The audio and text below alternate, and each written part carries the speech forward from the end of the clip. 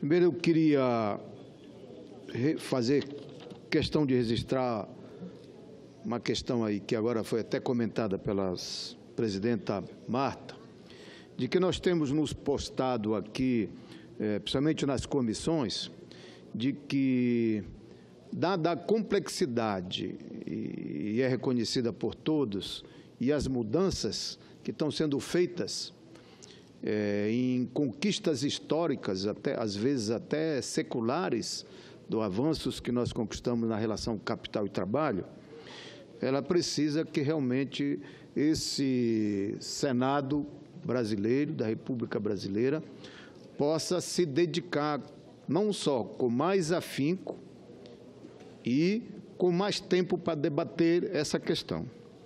Primeiro, estou dizendo isso porque uma das justificativas do presidente da CAI de que trazer aqui para o plenário foi que era dar a oportunidade para trazer mais senadores para discutir a questão aqui. Que nós não estamos vendo, desde quinta-feira passada, o esvaziamento deste debate no plenário, tanto quinta-feira quanto de hoje. Apareceu aqui só aqueles que têm posicionamento mais firmes nessa questão e a principal interessado em deveria debater para assegurar as posições que é a base do governo não está presente, a não ser 2 ou 3 senadores que apareceram aqui nesse debate. É bom registrar isso, porque é o seguinte, e aí é para todo o Senado, de que o projeto original, isso é fundamental deixar registrado, alguns companheiros já registraram aqui, mas é fundamental. A proposta do governo, ela tinha uma iniciativa de apenas que mexia com 7 artigos da CLT e que mexia, portanto, com 42 dispositivos. A Câmara Federal avançou que modifica 97 artigos e cerca de 300 dispositivos, que mexeu no conjunto da legislação brasileira desde a implantação da SLT. É fundamental, portanto, que este Senado chame para si a responsabilidade, através do aprofundamento do debate, audiências públicas, audiências gerais aqui no plenário, possa realmente dar uma solução para os problemas da economia, do desemprego e do desenvolvimento no nosso país. Não é qualquer situação. Esta simplicidade, como a maioria do Senado está tratando essa questão, de uma simplicidade que beira a irresponsabilidade de uma casa tão importante para a formulação da legislação do nosso país. Depois, também é bom registrar, primeiro, a minha intervenção aqui, não vou rebater ponto por ponto, porque acho que já foi feito isso por alguns companheiros, mas, principalmente, queria registrar, portanto, a importância da presença de pessoas da sociedade, que sejam as centrais sindicais ou empresário, mas registrar principalmente a questão do senhor Ângelo, que é o presidente da Associação Nacional dos Procuradores do Trabalho, que não só desmistificou e rebateu todo ponto por ponto para mostrar a complexidade e os atrasos que estão processando nas mudanças da CLT e que desmistifica, inclusive, a justificativa do governo para fazer uma chamada reforma trabalhista que vai ao encontro da solução dos problemas que o país vive. A questão do desenvolvimento, a questão do desemprego.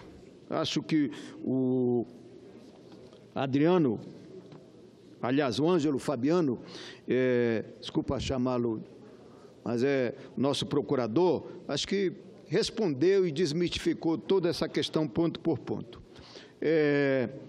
Depois é fundamental também a gente dizer que vem o papo da modernidade. Nós não somos contra, aliás, nós parlamentares aqui estamos nos posicionando contra isto, nós estamos num processo de construção no país que foi exatamente através de modernizar as relações capital-trabalho, modernizar o processo de desenvolvimento do nosso país e, portanto, nós não somos contra modernizar estas relações, né? Agora, estão usando muito o termo modernizar para, na verdade, precarizar as conquistas e os direitos dos trabalhadores neste país.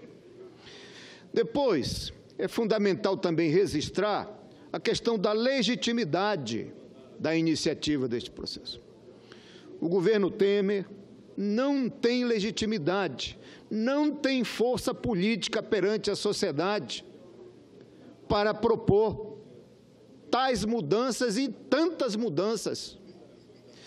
Não de respeito não só à democracia, porque ele não surgiu um governo para fazer tantas mudanças assim, teria que vir do eco da força do povo, da força da democracia.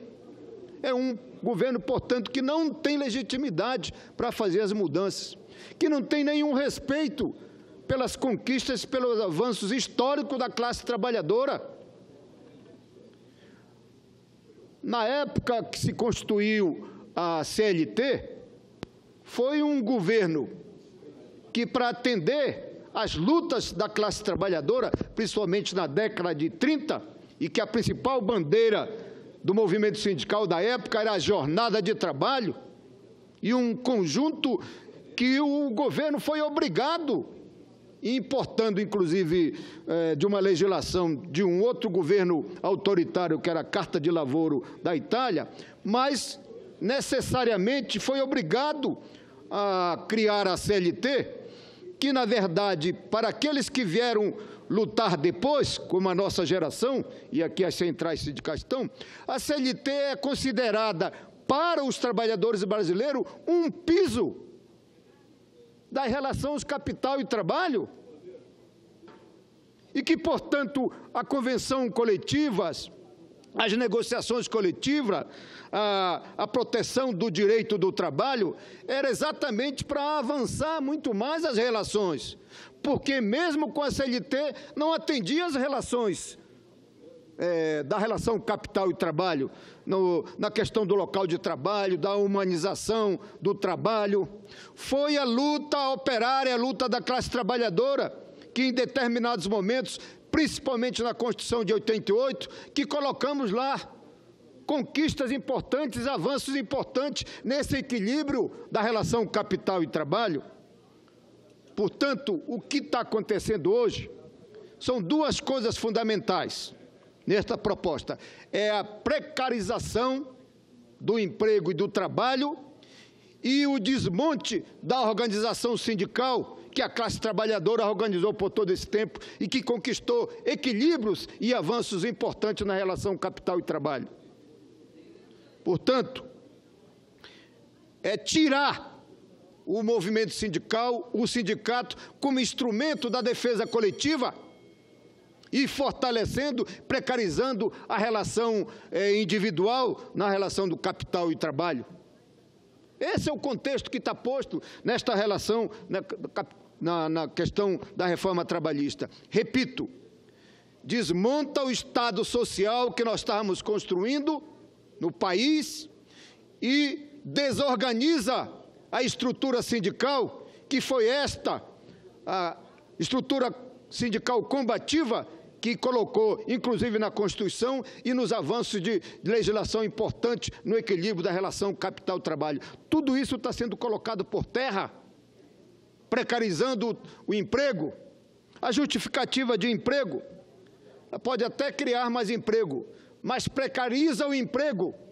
E aparece de novo aqui o velho discurso de que criar emprego no país ou dar emprego no país fosse favor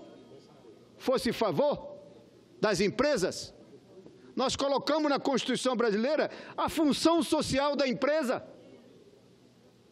E que, aí sim, falar de modernismo da relação capital-trabalho é para poder gerar desenvolvimento, com distribuição de renda para todos. Então não tem nenhum dever ou nenhum favor uma empresa se implantar, criar condições para poder gerar emprego, gerar renda e processar o desenvolvimento do nosso país.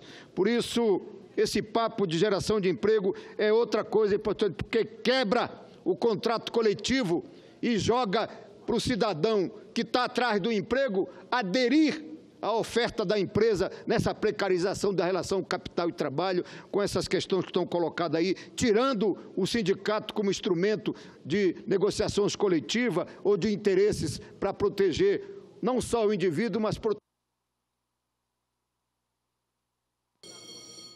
Portanto, alguém já falaram vários aqui, esta experiência não deu certo em outros países. Não deu certo em outros países. Aqui mesmo no Brasil não deu certo. Só mais um minuto. O Brasil, na época do Fernando Henrique Cardoso, em 1998 a 2002, várias reformas neoliberais foram implantadas no país, com a flexibilização da relação trabalhista, com a introdução de outros contratos por tempo parcial. E o desemprego não foi reduzido. Não resolveram o problema. Foi, sim, e nosso empresário da área do varejo sabe disso, que foi no período de governo Lula que resolveu o problema do emprego. Como? Dando mais dinheiro para o pobre, dando oportunidade de emprego, particular, moeda no mercado do trabalho, para poder ter mais dinheiro e consumir. Foi, portanto, o aumento salarial, que foi naquela época, teve um aumento da massa salarial, que criou garantia do poder de compra do trabalhador e criou condições de mais consumos. Isso é que fez uma mola de desenvolvimento, gerou desenvolvimento, distribuição de renda e, portanto, inclusão social.